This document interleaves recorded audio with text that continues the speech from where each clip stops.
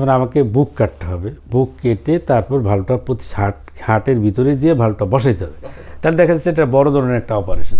তাহলে যে কোনো বড় ধরনের সার্জিক্যাল প্রসিডিউরের কতগুলো তো রিস্ক থাকেই, যে তার একটা হলো মৃত্যুর ঝুঁকি আছে, তারপর হলো ধরনের কোরমরবিডিটি যদি থাকে, যেমন রোগী যদি অন্যান্য সমস্যা যেমন শ্বাসের সমস্যা যদি থাকে, উচ্চ রক্তচাপ, ডায়াবেটিস, কিডনির সমস্যা, বিভিন্ন ধরনের অন্য সমস্যা যদি থাকে, সেই ক্ষেত্রে মৃত্যু ঝুঁকি কিন্তু বেশি থাকে।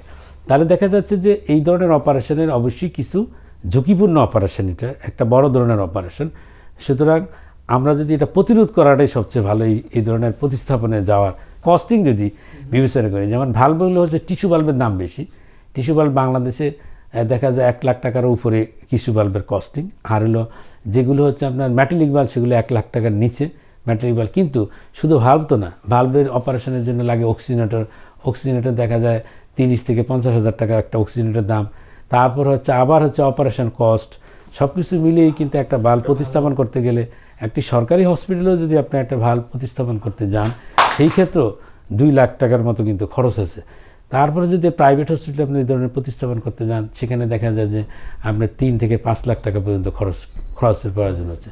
তাহলে অবশ্যই একটি কস্টলি একটি প্রসিডিউর। আর তারপর হচ্ছে সরকারি হসপিটালে, যেমন জাতীয় হৃদরোগ ইনস্টিটিউটে কখনো কোনো বাল্ব সাপ্লাই থাকে, গভর্নমেন্ট যদি সাপ্লাই থাকে বাল্ব এবং অক্সিজেনেটর, সেক্ষেত্রে গরিব রোগীদেরকে এই ধরনের বাল্ব প্রোভাইড করা হয়।